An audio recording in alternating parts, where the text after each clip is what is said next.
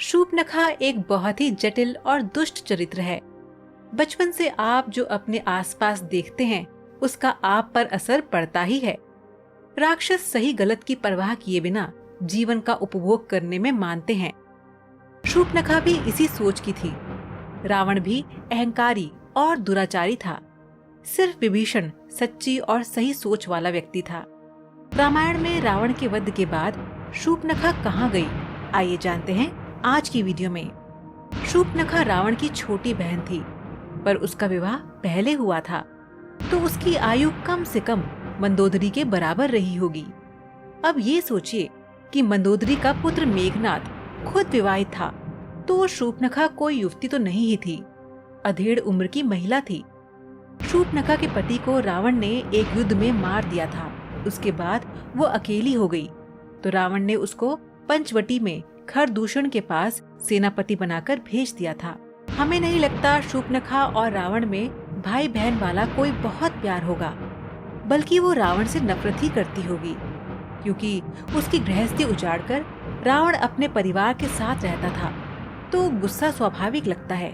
शूर्पणखा इधर उधर के पुरुषों से अपना काम चलाती होगी, और तब उसकी दृष्टि भगवान श्री राम पर पड़ गई। कंब रामायण में लिखा है कि जब राम ने पूछा कि तुम कौन हो, तब उसने कहा कि मैं कामवलरी हूँ। इस नाम से ही मतलब समझ आता है। जब राम ने उससे कहा कि मेरी तो शादी हो गई, पर लक्ष्मण अकेले हैं, तो वो तुरंत उनके पास चली गई।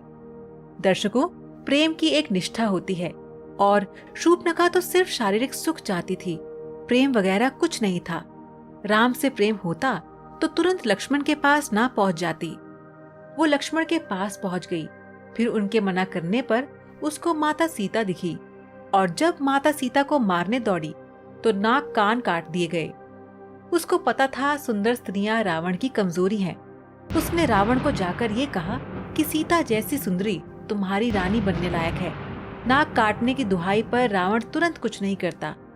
सीता हरण के बाद शूर्पणखा का फायदा इसमें था कि सीता रावण के सामने समर्पण ना करे, पर जीवित भी रहे। तभी तो राम सीता को ढूंढते हुए लंका आएंगे। उसने सोचा होगा कि अगर राम लंका आ गए और रावण से हारकर बंदी हो गए, तो वो राम से विवाह कर पाएगी, और अगर युद्ध में रावण मारा गया तो शूर्पणखा का बदला पूरा हो जाएगा। इसलिए ये भी संभव है कि त्रिजटा दरअसल शूर्पणखा के गुट की ही रही होगी। असुरों में स्त्रियां भी योद्धा होती थीं। ताड़का एक छोटी सेना की सेनापति थी। लंका की चौकीदार लंकिनी थी। ऐसे ही शूर्पणखा भी योद्धा होगी। रावण को शूर्पणखा से थोड़ा खतरा तो लगा होगा, इसलिए उसको लंका से बाहर भेज दिया गया था। इसके बाद शूर्पणखा का कोई जिक्र नहीं है। रावण के बाद विभीषण के राज में उसका लंका में कोई काम बचा भी नहीं था। कि क्या आप बता सकते हैं कि शूर्पणखा की नाक किसने काटी थी? आप इसका जवाब हमें नीचे कमेंट बॉक्स में दीजिए। हमें आपके जवाब का इंतजार रहेगा।